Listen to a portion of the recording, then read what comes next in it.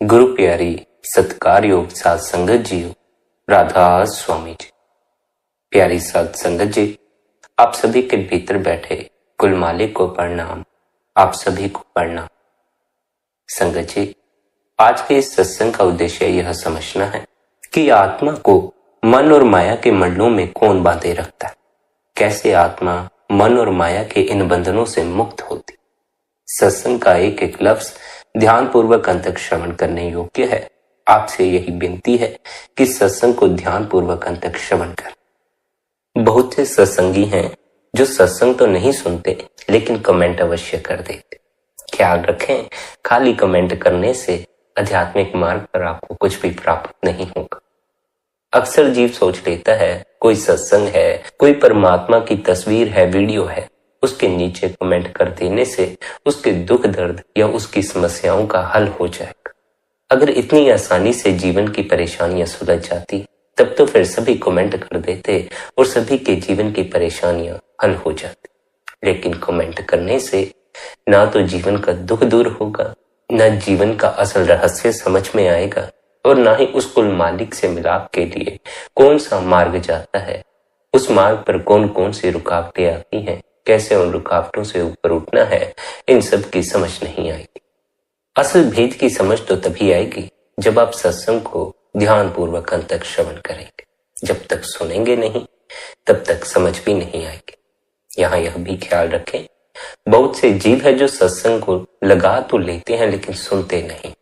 सुनना महत्वपूर्ण होता है क्योंकि सुनने से समझ पैदा होती है और समझ से फिर हमारे भीतर उस मालिक की बंदगी करने, उस मालिक से मिलाप करने की असल तड़प पैदा होती है। जब तक बच्चे को धन की समझ नहीं होती तब तक उसके भीतर धन हासिल करने की तड़प भी नहीं होती। जैसे जैसे धन की समझ आती है कि धन से हमें क्या क्या हासिल हो जाएगा, धन कितना महत्वपूर्ण है, वैसे वैसे धन की तड़प भी बढ़ती चली जाती है और हम धन हासिल करने के लिए जी तोड़ मेहनत करनी शुरू कर देते।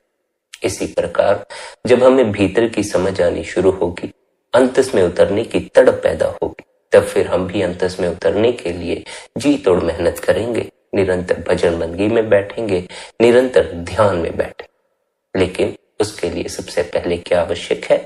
सबसे पहले यही आवश्यक है कि हम सुनना शुरू करें। सुनिए दुख पाप का नाश। सुनने से दुख और पाप नाश होते। क्यों? क्योंकि सुनने से समझ पैदा होती है और समझ से फिर हमारी आगे की यात्रा शुरू होती। जब तक अंतस के मार्ग की समझ न हो, आप कभी भी अंतस के मार्ग पर चलने को राजी नहीं होंगे।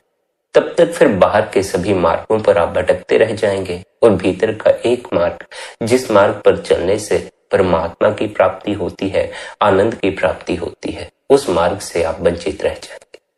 उसी मार्ग पर चलना है, उसी मार्ग पर चलकर मालिक से मिलाप करने के खातिर ही हम सदगुरु की शरण में जाते हैं, नामदान लेते हैं, भजन सिमरन की युक्ति लेते हैं। अगर हमें गुरु कृपा से नामदान मिला हुआ है तो हमें फजूल की बातों में समय बर्बाद ना करके अपने इतने व्यस्त जीवन में से कुछ समय निकालकर बंदगी में अवश्य बैठना चाहिए, क्योंकि बंदगी में दिया हुआ समय ही हमारे लेखे में लिखा जाता है और उसी लेखे के हिसाब किताब को देखकर फिर यह फैसला होता है कि हमें दोबारा देह में जन्म दिया जाएगा या फिर हमें देह के बंधनों से मुक्त कर दिया जाएगा। देह का बंधन दुख का बंधन है, क्योंकि देह है तो बीमारियां हैं, कर्ज की चिंता है, पढ़ाई लिखाई की चिंता है, नौकरी की चिंता है, विवाह की चिंता है, अन्य कई चिंताएं। लेकिन सारी चिंताएं देह के मिलने के कारण ही शुरू होती। जब तक हमें देह ना मिली थी, ना हमें किसी बीमारी का पता था, ना हमें धन की कोई फिक्र थी, ना हमें पढ़ाई लिखाई की कोई फिक्र थी। देह मिलने के बाद हमें इस संसार में जो जो कुछ है, हमें सब कुछ करना पड़ गया। जितनी परेशानियां इस संसार में हैं, हर परेशानी से गुजरना पड़ गया, हर दुख का भार अपने सर पर लादना पड़ गया। आए तो हम भार मुक्त ही थे। जब जन्म हुआ था तो ना सर पर कोई कर्ज था, ना कोई परेशानी, ना कोई दुख। लेकिन बड़े होते होते कई कर्ज सिर पर ले लिए, कई फर्ज सिर पर ले लिए, कई दुख सिर पर ले लिए। क्योंकि बचपन में हमें कोई दुख परेशानी थी ही नहीं, इसलिए हमें बचपन में कोई आवश्यकता नहीं होती। गुरु को खोज लें। गुरु की खोज, असल खोज तभी जीव के जीवन में शुरू होती है जब उसका जीवन दोबर बन जाता है, नरक बन जाता। दुखी जीव ही सद्गुरु की शरण में सुखी होने की आस लेकर पहुंचता। सुखी जीव को सद्गुरु के उपदेश से कोई मतलब नहीं हो। सुखी जीव तो भय के कारण गुरु बना लेते। उन्हें इस बात का भय होता है कि अगर वे मालिक की भक्ति नहीं करेंगे, सद्गुरु की सेवा नहीं करेंगे, तो उनका धन छिन जाएगा, उनका परिवार छिन जाएगा या उनका सुख छिन जाएगा। भय के कारण सद्गुरु से जुड़ना या उस मालिक से जुड़ना आपके जीवन को कभी आनंद में नहीं बनाएगा। अगर आप परमात्मा से भी डर रहे हैं, तब फिर आप हर एक चीज से डरना शुरू हो जाए। वह कुल मालिक तो आपको निर्भय बनाता है, हर डर से ऊपर उठाता। उसकी शरण में भी अगर किसी भय के कारण पहुंचे हो, तब फिर उसकी शरण में पहुंचना ना हो। उस मालिक की शरण में तो प्रेम के कारण पहुंच जाओ। उस मालिक की शरण में जो जीव प्रेम के कारण पहुंचता है, उन्हीं का पार उतारा होता है। बाकी जीव इस संसार सागर में गोते खाते रह जाते। परमात्मा और हमारा संबंध प्रेम का संबंध है, ना कि इच्छाओं की पूर्ति या वासनाओं की पूर्ति का संबंध है। हम तो ऐसा ही सोचते हैं कि परमात्मा हमारी इच्छाएं पूरी करने के लिए बैठा हुआ। इसलिए जब हमारे भीतर कोई ऐसी इच्छा उठाती है जिसे पूरा करने में हम असमर्थ हो जाते, हम जाकर मंदिरों में घंटियां बजानी शुरू कर देते हैं, पूजा प्रार्थना करनी शुरू कर देते हैं, डेरों में जाकर सेवा करनी शुरू कर देते। लेकिन किस लिए? क्या उस कुल मालिक, उस परमात्मा से मिलाप के लिए? नहीं, अपनी इच्छाओं की पूर्ति के लिए, अपने निजी स्वार्थ के लिए। अपने निजी स्वार्थ के लिए जो भक्ति करता है, वह पंडित भले ही हो जाए, लेकिन भक्त कभी नहीं हो पाता। भक्त का अर्थ है जो परमात्मा से जुड़ गया। पंडित का अर्थ है जो परमात्मा से जुड़ा तो नहीं, लेकिन परमात्मा के संबंध में ज्ञान बहुत रखता है, परमात्मा के संबंध में उसके पास जानकारी बहुत मिल जाती। पर यह ख्याल रखें, परमात्मा के संबंध में जुटाई गई सारी जानकारी व्यर्थ हो जाती है अगर आपको परमात्मा का अनुभव न हो, उस कुल मालिक का दर्शन न हो। इसी कारण से रूहानी मार्ग पर जीव को उपदेश दिया जाता है। भजन बंदगी जो जीव करते हैं, ध्यान में बैठते हैं, उन सभी को यह समझाया जाता है कि जब भी भीतर उतरो तो जितना भी ज्ञान आपने आज दिन तक इकट्ठा किया है, चाहे संसार के संबंध में, अध्यात्म के संबंध में, उस कुल मालिक के संबंध में, सद्गुरु के संबंध, अपने सभी ज्ञान को पीछे ही छोड़ देना, बिल्कुल खाली दिमाग होकर भीतर उतरना। किसी भी धारणा, किसी भी बात को पकड़े मत रखना, क्योंकि जो आप जानते हैं यह बड़ा छोटा है और जो आप जानने चले हैं वह बहुत ही ज्यादा विराट है। अगर आप अपनी शुद्र सी समझ को लेकर उस विराट परमात्मा को समझने निकलेंगे, कभी भी वह समझ में नहीं आएगा। पर बड़े मजे की बात है, जब हम अपनी समझ को छोड़कर अपने अंतस में उतरते हैं तो परमात्मा का होना अपने आप ही समझ में आना शुरू हो जाता। अंतस का जो ज्ञान है, फिर वह अपने आप ही प्राप्त होना शुरू हो जाता। अंतस के ज्ञान की प्राप्ति के लिए बाहर के थोथे ज्ञान को पीछे छोड़ देने की आवश्यकता है, उससे अपने को मुक्त करने की आवश्यकता। क्यों? क्योंकि हमने ना तो अभी परमात्मा का अनुभव किया है, ना तो हम परमात्मा से खुद जुड़े हैं, ना उससे हमारा कोई अपना मिलाप हुआ। अभी तक तो या हम सद्गुरु के कहे परमात्मा पर विश्वास करते हैं या धर्मों के कहे परमात्मा पर विश्वास करते हैं, लेकिन हमारा अपना निजी कोई अनुभव उस मालिक से जुड़ा हुआ नहीं है। इसलिए हमारे अपने प्राण उस मालिक पर विश्वास नहीं कर पाते। जब कोई ऐसी जीवन में परिस्थिति आ जाती है जिसमें कि हमें दुख या परेशानी से गुजरना पड़े, तब हम उस मालिक की रजा में राजी नहीं हो पाते। क्यों? विश्वास की कमी के कारण उस परमात्मा पर विश्वास नहीं। जब तक परमात्मा का निजी अनुभव प्राप्त ना हो जाए, आपको स्वयं को ऐसा अनुभव प्राप्त ना हो कि आप अपने को मालिक से जुड़ा हुआ पाए, तब तक आप मालिक की रजा में रहने को राजी नहीं होंगे। फिर चाहे आपके सद्गुरु आपको कितना ही उपदेश करते रहें और आपका चाहे अपने सद्गुरु से कितना ही प्रेम क्यों ना हो, प्रेमी जीव भी, सद्गुरु के प्रेम में पड़ा जीव भी, अगर उपदेश को ध्यान पूर्वक सुनकर अपने भीतर उतरना शुरू ना करे, तब फिर उसका भी पार उतारा नहीं हो पाता। क्योंकि देह स्वरूप से प्रेम हो जाना, अपने को माया से जोड़े रखना। देह इस माया के जगत का हिस्सा। किसी की भी देह के प्रेम में पड़ जाओ, सभी की देह का प्रेम आपको माया के प्रेम में बांधे रखेगा। संसार में 3 किस्म के प्रेम है। पहला प्रेम है देह से प्रेम हो जाना। स्त्री को पुरुष से प्रेम हो जाता है, पुरुष को स्त्री से प्रेम हो जाता। मगर यह जो देह का प्रेम है यह ज्यादा गहरा नहीं होता, बड़ा ऊपर ऊपर का प्रेम होता है, ज्यादा समय के लिए टिकता नहीं, कुछ समय बाद रिश्ते बिगड़ना शुरू हो जाते। फिर दूसरा प्रेम का अनुभव मन के प्रेम का अनुभव है। यह थोड़ा गहरा अनुभव है, यह कुछ ज्यादा समय के लिए टिकता है, लेकिन यह भी सदाबहार अनुभव नहीं है, सदा के लिए रहने वाला प्रेम नहीं। यह प्रेम भी कुछ घड़ियों बाद, कुछ सालों बाद, कुछ महीनों बाद अपने आप ही विलीन हो जाए। क्यों? क्योंकि मन का स्वभाव ही ऐसा है, मन सदा के लिए एक रूप नहीं होकर रहता। मन कभी कामी हो जाता है, कभी क्रोधी हो जाता है, कभी भक्त हो जाता है, कभी साधु हो जाता है। मन को जो भाता है मन उसी तरफ चलना शुरू कर देता है। और अगर हम मन के गुलाम हैं, मन की बातें मानते हैं, फिर हम भी मन के पीछे पीछे चलना शुरू कर देते। बहुत समय से आत्मा मन की बातें मानती आई है, जिस कारण आत्मा को यह विस्मरण हो चुका है, मैं मालिक हूं और यह मन मेरा गुलाम है। मन की बातें मानते मानते अब आत्मा को ऐसा भ्रम पैदा हो चुका है कि मन ही मालिक है और मैं इसकी सेवक हूं, जिस कारण हम सबकी आत्मा मन के कहे चलती रहती है। मन जो कहता है वैसा करती है, मन के हुक्म की पालना करती। अगर मन मालिक है तो आपका जीवन दुख बनता चला जाएगा, इसलिए अपने मन के मालिक बनना।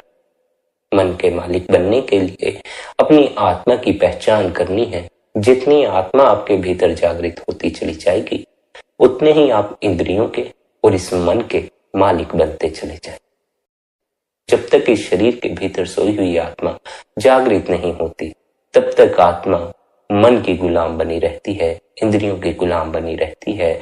जहां यह चाहे उसी तरफ आत्मा को खींच कर ले जाती। पाप की तरफ चाहे तो आत्मा पाप की तरफ खींची चली जाती है, पुण्य की तरफ चाहे तो आत्मा पुण्य की तरफ खींची चली जाती। पर यह ख्याल रखें, जो जीवन का सत्य है, जो मूल है, वह आपके शरीर के बड़े गहरे, बड़े भीतर छिपा हुआ। यह शरीर सत्य नहीं, इस शरीर का पर्दा भीतर छिपे सत्य को ढांके हुए। आज दिन तक जितने संत महात्मा इस संसार में हुए हैं, जिन्होंने उस मालिक से मिलाप किया, अपने भीतर उतरे आत्मा की पहचान की, वे हमें बार बार समझाते आए हैं कि हम शरीर में अवश्य हैं, पर शरीर नहीं है। वास्तव में हम आत्माएं हैं जो मनुष्य होने का अनुभव प्राप्त कर रही हैं। इस विचार से बड़ी प्रेरणा मिलती है कि हम असल में ऐसी पावन जीवात्माएं हैं जिनका तेज मन इंद्रियों की संगति के कारण कुछ समय के लिए धुंधला पड़ गया। हमें अपनी आत्मा के निर्मल होने का अनुभव तभी होता है जब हमारी आत्मा मन को वश में कर लेती। संत महात्मा हमें समझाते हैं कि आत्मा की यह उच्च अवस्था भजन सिमरन करने से प्राप्त हो सकती। भजन सिमरन द्वारा हम अपना ध्यान तीसरे तिल पर एकाग्र करना सीख जाते। जब हम ऐसा करने में सफल हो जाते हैं, तब मन आत्मा का प्रभाव ग्रहण करने लगता है और शब्द के गूढ़ रहस्य को भी समझना शुरू कर देता। उस अवस्था में पहुंचकर स्वाभाविक तौर पर हमारी आंखों पर से अज्ञानता का अंधेरा दूर होने लगता है और आत्मा पर चढ़ी पल पल रंग बदलती इच्छाएं और दुनियावी प्रभावों की परतें उतरना शुरू हो जाती। उस अवस्था में पहुंचकर हम अपने अंदर छिपे अपने अमर अविनाशी स्वरूप की शक्ति और मधुरता यानी शब्द के प्रकाश को देखना और शब्द की ध्वनि को सुनना शुरू कर देते। जब तक हम भजन सिमरन का अभ्यास नहीं करते, हमारा मन संसारिक इच्छाओं, तृष्णाओं और मोहमाया का दास बना रहता। इस तरह हमारी आत्मा अपने सुयोग मित्र यानी जागृत हुए विवेक पूर्ण मन का सहयोग न मिलने के कारण मनुष्य रूप में सृष्टि के सबसे ज्यादा जोखिम भरे काल के इस देश में भटकती रहती। संस्कृत भाषा में काल का शाब्दिक अर्थ है समय। जीवन की एक के बाद एक घटने वाली घटनाओं की एक लंबी श्रृंखला। संतों के उपदेश में काल को त्रिलोकीनाथ अर्थात मन और माया के मल्लों का शासक कहा गया। काल इस भौतिक जगत का स्वामी है जो स्थूल, सूक्ष्म और कारण इन तीनों मंडलों में समस्त उत्पत्ति और संहार करने वाला। हालांकि परम चेतन सत्ता काल के दायरे के अंदर और बाहर हर जगह व्याप्त। शब्द अभ्यासी महात्मा हमें समझाते हैं कि काल ही आत्मा को मन और माया के मंडलों में बांधे रखता। ऐसे मंडल जहां आत्मा का नहीं बल्कि मन और जड़ पदार्थों का बोलबाला। इस जाल में से निकलने का तरीका यही है कि हम किसी देहधारी सद्गुरु के पास जाकर उनसे मार्गदर्शन लेकर शब्द के अभ्यास द्वारा मन और माया के मंडलों से पार चले जाएं। ऐसा सद्गुरु जो स्वयं काल और द्वैत के बंधनों से मुक्त है और जो अपने शिष्यों को भी शब्द के अपार सामर्थ्य का ज्ञान देता। संत महात्मा ही नहीं, वैज्ञानिक भी यही कहते हैं कि यह संसार मिथ्या है। वैज्ञानिक बताते हैं कि सब एटॉमिक या क्वांटम के स्तर पर भौतिक दुनिया का कुछ भी शेष नहीं बचता। उस स्तर पर कुछ भी ठोस रूप में नहीं रहता, केवल ऊर्जा ही ऊर्जा रह जाती, जो आंखों से दिखाई नहीं देती और ना ही जिसका स्पर्श किया जा सकता। हमारी इंद्रियां इन ऊर्जा क्षेत्रों की देखने या इनका अनुभव कर पाने में हमारी इंद्रियां इन ऊर्जा क्षेत्रों को देखने या इनका अनुभव कर पाने में बिल्कुल असमर्थ। क्यों? क्योंकि ये ऊर्जा क्षेत्र वास्तव में शून्य में हो रहे संपदन मात्र। पूरे ब्रह्मांड में सभी सूर्य, तारे, आकाश गंगाएं आदि एक बहुत बड़ा भ्रम जाल है जो एक पल में लाखों बार जलते बुझते। संपूर्ण ब्रह्मांड जगमग करती रोशनी के समान। जिस भ्रम में हम रह रहे हैं वह केवल आंखों से दिखाई देने वाले भौतिक संसार तक ही सीमित नहीं। हमारे संकल्प, विकल्प, हमारी भावनाएं और मोह आदि भी इस मन और माया के भ्रमजाल का ही हिस्सा।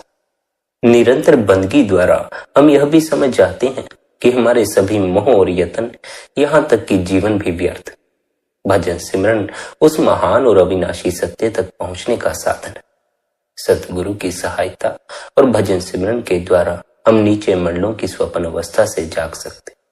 इसीलिए संत महात्मा हमें समझाते हैं कि जिस प्रकार इस संसार का निरंतर बदलते रहना इसकी प्रकृति है, उसी प्रकार मनुष्य के अस्तित्व की असलियत भी अमर, अविनाशी, आनंद स्वरूप है और उसे इस सत्य का अनुभव करने का अधिकार भी उस कुल मालिक ने बख्श रखा। इस भौतिक संसार में जीवन व्यतीत करते हुए ऐसी स्पष्ट सोच रखना कि हमें केवल अपने आध्यात्मिक उद्देश्य को पूरा करना, वास्तव में यही सबसे कठिन काम भी है। संसार में हम जिधर भी देखें दुख, संघर्ष और बदलाव दिखाई देता।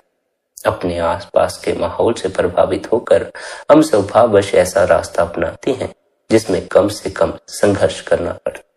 नदी के बहाव के साथ तैरना आसान लगता, इसलिए हम समय के बहाव के साथ नीचे की ओर ले जाने वाली प्रवृत्तियों के साथ बहते चले जाते। परंतु सद्गुरु हमें बहाव के विरुद्ध तैरने का लाभ बताते हैं और नीचे की ओर खींचने वाली हर चीज से दूर रहने की विधि सिखाते। संसार में हर तरफ बेइंसाफी, बीमारी और गरीबी छाई हुई है। हिंसा, धोखाधड़ी और भोग विलास का बोलबाला है। पर हमें यह समझने की कोशिश करनी चाहिए कि अगर हम उन प्रवृत्तियों का शिकार बने रहेंगे जो हमें पतन की ओर ले जाते हैं, हमारे ध्यान को नीचे की ओर ले जाते हैं, तो हम न केवल अपने आत्मिक स्वरूप से और अधिक दूर होते चले जाएंगे, बल्कि दुख और परेशानी को अपने आप ही न्योता भी दे रहे हैं। मन की इन नीच प्रवृत्तियों का शिकार होकर इंद्रियों के विषय भोगों में उलझे रहने के कारण हमें पुनः इस संसार में जन्म लेना पड़ेगा और हम पहले से भी अधिक दुखी हो जाएं। इसलिए इस संसार में मत भटकते रहो, सही मार्ग की खोज करो। सही मार्ग की खोज करने का अर्थ है अपने आत्म स्वरूप में विश्वास रखना। हर प्रकार का बाहरी संघर्ष वास्तव में आंतरिक संघर्ष का ही प्रकट रूप है। हम इस संसार को अपने रहने के लिए एक आदर्श स्थान तो नहीं बना सकते, परंतु खुद को तो बदल ही सकते। भजन सिमरन द्वारा हम धीरे धीरे उच्च अवस्था को जरूर प्राप्त कर सकते हैं।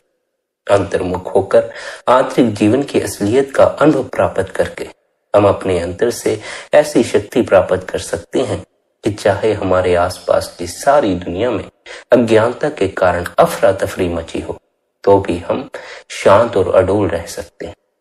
काल के इस देश में दुख और परेशानियां सदा ही बनी रहेंगी, परंतु भजन सिमरन द्वारा हमें अंतर से ऐसा बल और सहारा मिल जाता है कि हम रोजमर्रा की जिंदगी के उतार चढ़ाव का खुशी खुशी मुकाबला कर सकते। इसलिए सद्गुरु हमें निरंतर भजन सिमरन द्वारा अपने असली स्वरूप की पहचान करने का उपदेश देते।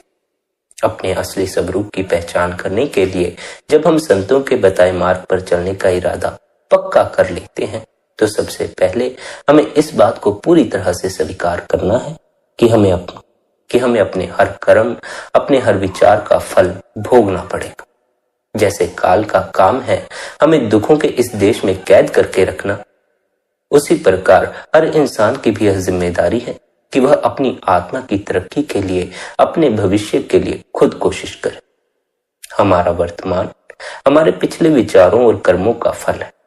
कर्म और कर्म फल के नियम अनुसार हमारा भविष्य हमारे आज के विचारों और कर्मों के अनुसार तय किया जाएगा। इस समय हम अपनी निर्मल बुद्धि और विवेक द्वारा अपने जीवन के हर पल का इस्तेमाल इस तरह कर सकते हैं कि हमें न केवल इस जीवन में बल्कि अनंत काल तक इसका फायदा मिल सके। मनुष्य होने का यह अवसर एक वरदान भी है और एक चुनौती भी है। हमने इस समय जो शरीर धारण किया हुआ है वह एक दिन नष्ट हो जाएगा, परंतु आत्मा कभी नहीं मरती। वह इस जन्म में किए कर्मों का फल बाद में भी भुगतती रहेगी। अगर हम सजग हैं, इस समय अपनी जिंदगी में सही चुनाव करते हैं तो हमें भविष्य में सही फैसले करने में सहायता मिलती रहेगी। अगर हमें संतों के मार्ग पर चलने का अवसर मिला है तो इसका यह मतलब है कि अब समय आ गया है हम इसी जन्म में मन के स्वामी बन जाएं। अगला कोई भी जन्म हमारे इस जन्म से बेहतर नहीं हो सकता। हम वास्तव में कौन हैं यह जानने का अब हमारे पास यही मौका है और हमें इस मौके का पूरा लाभ उठाना चाहिए। इस मौके का लाभ उठाने के लिए अपने गुरु द्वारा दिए अभ्यास की पालना करनी चाहिए। निरंतर भजन सिमरन में बैठना चाहिए। भजन सिमरन को अपने जीवन में सबसे अधिक महत्वपूर्ण बनाने में हम देर क्यों कर रहे हैं? इसीलिए क्योंकि अभी हमें अंतस में जो बहुमूल्य रत्न छिपे हैं उनकी कीमत का कोई पता नहीं। हमें यह नहीं पता है कि जब हम अपने भीतर गहराई में उतरेंगे, उस मालिक के निकट पहुंचेंगे, तो हमारा जीवन कितना आनंदमय हो जाएगा, कितना सुखमय हो जाएगा। अभी हम सोचते हैं कि पता नहीं भीतर उतरने पर कहीं हमारा समय ही खराब ना हो। ऐसा ना हो कि भीतर उतरने पर कुछ प्राप्त ही ना हो। बहुत से जीव तो ऐसे ही होते हैं जो कुछ दिन ध्यान करके देखते हैं, एक ही दिन ध्यान करके देखेंगे, 15 मिनट 20 मिनट करके देखेंगे और कहना शुरू कर देंगे, जी हमें तो अपने भीतर कुछ भी दिखाई नहीं पड़ा, ना तो परमात्मा का कोई अनुभव हुआ, न शब्द का कोई अनुभव हुआ। शुक्र है उस कुल मालिक का कि ऐसे जीवों को उसका अनुभव नहीं हुआ जो एक ही दिन बंदगी करके देखते हैं और यह कहना शुरू कर देते हैं, हमें भीतर कुछ भी दिखाई नहीं पड़ा। अगर इतनी आसानी से परमात्मा मिल जाए तो वह परमात्मा बड़ा ही सस्ता हो जाएगा। अगर इतने सस्ते में वह परमात्मा मिल जाए तो आप उसकी कोई कदर नहीं करें। जिसे हासिल करने में आपके प्राणों की बाजी लगी होगी, आपका सब कुछ न्योछावर हो गया होगा, उसके मिलने की ही आपको कदर होगी। उसके अतिरिक्त जो भी आपको आसानी से जीवन में हासिल होता चला जाएगा, धन है, मकान है, परिवार है, चाहे फिर परमात्मा, उसकी आपको कोई कदर नहीं होगी। बाहर से जो परमात्मा हमें उपलब्ध हुआ है वह हमें बड़ी आसानी से उपलब्ध हो जाता। किसी को कुछ नहीं करना, किसी को न भक्ति करनी है, न बंदगी करनी है, न कोई साधना करनी है, बस पूजा करनी है, प्रार्थना करनी। बाहर से तो परमात्मा को हासिल कर लेना बड़ा आसान सा हो जाता। इसी कारण हम परमात्मा की कदर नहीं कर पाते। जब आप भीतर जाएंगे, भीतर उतरेंगे, परमात्मा से मिलाप करना चाहेंगे और उस यात्रा में आप पाएंगे कई रुकावटें आ रही हैं, उस मालिक से मिलाप नहीं हो पा रहा है, तब कहीं जाकर आपके प्राणों में उसके मिलने की कदर जन्म लेगी। अगर परमात्मा आसानी से मिल जाता तो जीव उसकी कदर नहीं करता। इसलिए इस मार्ग पर जीव को कुछ कठिनाइयों का सामना अवश्य ही करना पड़ता है ताकि उसके भीतर कदर का जन्म हो सके। अगर आप यह सोचते हैं एक ही दिन में बंदगी करके भीतर का अनुभव हो जाना चाहिए, तब फिर आप अपने आप को भूल में डाले हुए हैं। ऐसी भूल में अपने को डाले रखोगे तो फिर सदा ही आंतरिक मार्ग से वंचित रहते चले जाओगे। क्यों? क्योंकि एक दिन बैठोगे, कुछ अनुभव नहीं होगा तो दोबारा भीतर उतरने का प्रयास ही नहीं करोगे, दोबारा बंदगी में बैठोगे ही नहीं। सभी साधकों ने जिन्होंने भी मालिक से मिलाप करना चाहा, उन्होंने उस मालिक से मिलाप करने के लिए अपने जीवन का बहुत ज्यादा समय दिया। हम तो यह बहाना बनाते हैं कि हमारे पास समय नहीं है, जीवन में बहुत सारे काम हैं, कैसे भजन मंडली में बैठे, कैसे ध्यान में बैठे। लेकिन जो साधक उस मालिक से सच में मिलाप करना चाहते हैं, वे ऐसे बहाने नहीं बनाते। वे तो अपने जीवन का पूरा बहुमूल्य समय उस मालिक की भक्ति के लिए दे देते हैं। अन्य सभी बातों से अपने ख्याल को वापस मोड़कर उस मालिक में ही अपने ख्याल को लवलीन कर देते। हम संसार से अपने ख्याल को हटाना नहीं चाहते और चाहते हैं कि मालिक की प्राप्ति हो जाए। ऐसे मालिक की प्राप्ति नहीं होती। जहां ध्यान है उसी तरफ जीवन में बहते चले जाओगे, उसी से जुड़ोगे, उसी के प्रति जाग सकोगे। ध्यान है संसार की तरफ तो संसार से ही जुड़े रह जाओगे। ध्यान है संसार की तरफ तो मन के प्रति ही जागे रह जाओगे, क्योंकि मन ही संसार की बातें करता है, संसार के स्वादों का आशिक है, संसार के मोह में पड़ा। जब ध्यान को भीतर की तरफ मोड़ोगे तब फिर आपके जीवन में पूरा रूपांतरण आ जाएगा, आंतरिक रूपांतरण आ जाएगा, क्योंकि फिर आपका जीवन भीतर की तरफ बहेगा, उस तरफ बहेगा जहां परमात्मा मौजूद है। बाहर परमात्मा मौजूद नहीं, क्योंकि बाहर आसानी से परमात्मा मिल जाता। भीतर परमात्मा मौजूद है, क्योंकि खोजे पर भी भीतर मिलता नहीं। बड़ी कठिनाई से जीव गुजरता है, बड़ी बेचैनी से जीव गुजरता है, और वही बेचैनी, वही तड़प उसके भीतर मालिक से मिलाप की कदर को जन्म देते। और यह स्मरण रखें, जिस दिन आपके भीतर मालिक की कदर पैदा होगी, उसकी दी हुई चीजों की कदर पैदा होगी, उसी दिन आप उससे मिलाप करने में समर्थ हो पाएंगे। उसी दिन आप उसी का रूप हो सकेंगे।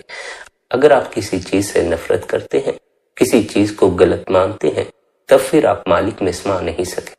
क्यों? क्योंकि यह संसार उस मालिक ने बनाया। जो कुछ इस संसार में होता है उसकी मौज से होता है, उसकी रजा से होता है। जब तक हम उसकी रजा मानकर जीना शुरू नहीं करेंगे, तब तक हमें असल की पहचान नहीं हो सकेगी।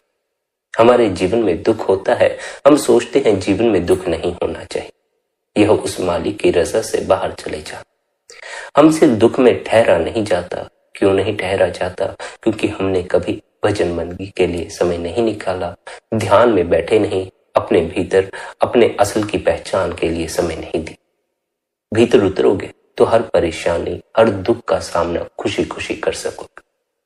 संत सद्गुरुओं का इस संसार में आने का मकसद हमारे सांसारिक दुख दूर करना नहीं होता, हमें अंतर से इतनी ताकत प्रदान करना होता है कि हम सभी सांसारिक दुखों से बिना कोई नुकसान उठाए गुजर जाए।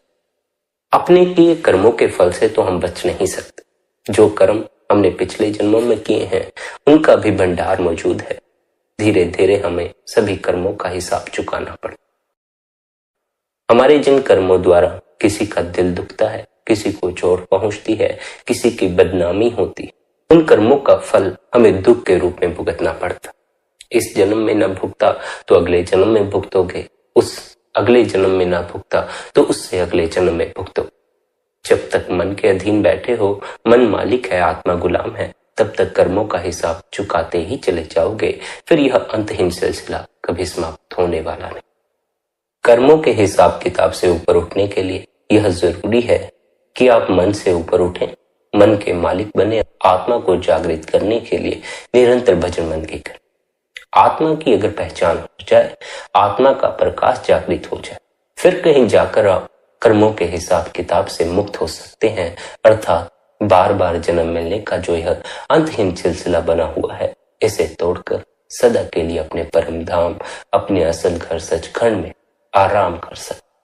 फिर ना तो सर पर कोई दुख होगा, न कर्ज का बोझ होगा, न किसी अन्य बात की कोई परेशानी होगी। फिर तो आनंद ही आनंद है, सुख ही सुख है। इसलिए सभी संतों ने अपने परम धाम की खोज करने का, अपने असल घर की खोज करने का उपदेश दिया। परम धाम कहो या सच्चा घर कहो, एक ही बात है, केवल शब्दों का भेद। हमें शब्दों को नहीं पकड़ना, इशारे को पकड़ना। सद्गुरु परम धाम का इशारा आपके इस देह के भीतर की ओर करता। वह कहता है, ऐ प्यारे, अगर तुझे उस मालिक के धाम परम धाम में प्रवेश पाना है तो कहीं मत जा, कुछ मत कर, अपने भीतर उतर जा। बाहर भटकने की तो बिल्कुल भी आवश्यकता नहीं।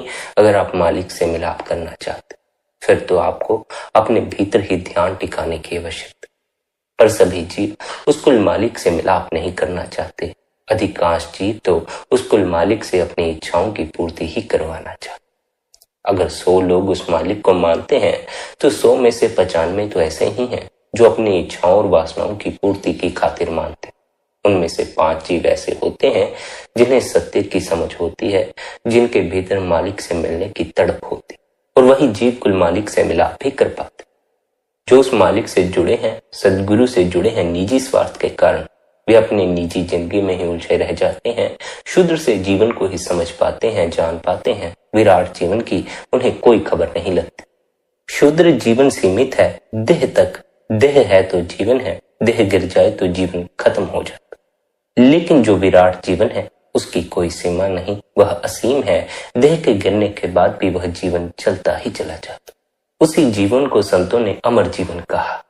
वह जीवन जो आत्मा के तल पर मौजूद है, उसकी खोज ही मनुष्य जन्म का असल उद्देश्य। वह जीवन जो केवल देह के तल तक सीमित है, उससे तो हम सभी परिचित हैं, लेकिन उससे परिचय बनाकर हमें कोई लाभ नहीं होता, हानि तो बहुत होती। हानि, सबसे बड़ी हानि तो यही है कि देह से जुड़ा हुआ हमारा जितना भी जीवन है पल भर में नष्ट हो जाता। पल भर में परिवार छूट जाता है, मकान छूट जाता है, धन छूट जाता है, मित्र छूट जाते हैं, दफ्तर छूट जाता है, संसार छूट जाता। पल भर में ही सभी कुछ छूट जाता। और अगर आपको अपनी आत्मा की पहचान न हुई तो इन सब के छूटने पर, मृत्यु के द्वार पर दस्तक देने पर आपको बहुत गहन पीड़ा से गुजरना होगा।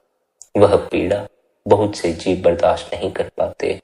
वह पीड़ा बहुत से जीव को फिर से इस संसार में लाने का कारण बन जाती। जीव संसार को छोड़ना नहीं चाहता, इसलिए संसार के मोह का मारा फिर से देह की कामना लेकर बैठ जाता है, और फिर प्रकृति उसके लिए देह की व्यवस्था करती। जब तक आप संसार से चिपके हुए हैं, आत्मा की मुक्ति नहीं हो सकती। संसार के ख्याल, संसार के पदार्थों के स्वाद, संसार के लोग जब तक आपको अपनी तरफ खींच रहे हैं, तब तक आत्मा बार बार देह के बंधनों में आती रहेगी। और देह के बंधन में आने का अर्थ है दुखों की नगरी में आ जाना, कष्टों की नगरी में आ जाना। क्या यही सब जीवन में चाहते हो कि बार बार दुख उठाने पड़े, कष्ट उठाने पड़े? नहीं, यह तो कोई भी नहीं चाहता। अगर हम सभी उस मालिक की शरण लेते हैं, चाहे भय के कारण ही लेते हैं, सदगुरु की शरण लेते हैं, तो इसी कारण से तो लेते हैं कि हमारा जीवन सुख में बन जाए, सदा हम सुख में रहें, कभी हमारे सर पर कोई दुख ना। लेकिन सदा के लिए सुखी होने का कोई भी उपाय बाहर मौजूद नहीं है। सदा के लिए सुखी होने का एकमात्र उपाय अपने भीतर उतर जा। इसलिए सभी संतों ने, जिन्होंने भी उस कुल मालिक से मिलाप किया, या जिनके चेहरे पर हमें नूर नजर आया, खुशी नजर आई, उन्होंने सभी जीवों को एक ही सलाह दी, एक ही उपदेश दिया, भीतर उतर जाओ। अब जीव गुरु के उपदेश की पालना करे या ना करे, यह तो जीव पर निर्भर करता। कोई भजन मंदी करे ना करे, इसमें गुरु का कोई कसूर थोड़ी है। गुरु ने तो शिष्य को समझा दिया कैसे भीतर उतरना। जब गुरु यह उपदेश हमें देता है कि भीतर उतरो, तो हमें यह जिज्ञासा पकड़ती है कैसे हम अपने भीतर उतरें। भीतर उतरने का अर्थ क्या है, भीतर उतरने पर क्या अनुभव होगा, इस सब की समझ हमें सदगुरु बख्श देता। वह हमें कहता है तुम भजन बंदगी करो, अपने आप ही भीतर सरकते चले जाओ। बस हम भजन बंदगी नहीं करते, ध्यान में नहीं बैठते, फिर अगर हमें भीतर का अनुभव नहीं होता तो फिर इसमें कसूर किसका? क्या इसमें सदगुरु का कसूर है? बिल्कुल भी नहीं, हमारा अपना कसूर। हमारा एक कसूर हो तब भी ठीक है, लेकिन हमारे अनेकों कसूर। कभी हम बहाना मारते हैं, बंदगी के लिए समय नहीं मिलता। कभी हम 1-2 दिन बंदगी में बैठते हैं, फिर बैठना बंद कर देते हैं क्योंकि भीतर का कोई अनुभव प्राप्त नहीं हो। सब्र रखकर भजन बंदगी करनी है, उतावले नहीं हो जा। बार बार यह हर सत्संग में आपको समझाया जा। बार बार समझाने का यही कारण है कि जीव जल्दबाजी में पड़ जाता है। अभी मुझे नामदान मिला, अभी परमात्मा का दर्शन भी होना चाहिए। ऐसी जल्दबाजी में कभी नहीं पड़ना। ऐसी जल्दबाजियां मन करता है और मन सदा जल्दबाजी में रहता है। जल्दबाजी में ही सारे काम बिगड़ जाते। इसलिए सब्र रखना, इंतजार करना। आपने नामदान लेकर उस मालिक के द्वार में अर्जी लगा दी है कि आपको उस परमात्मा तक पहुंचना।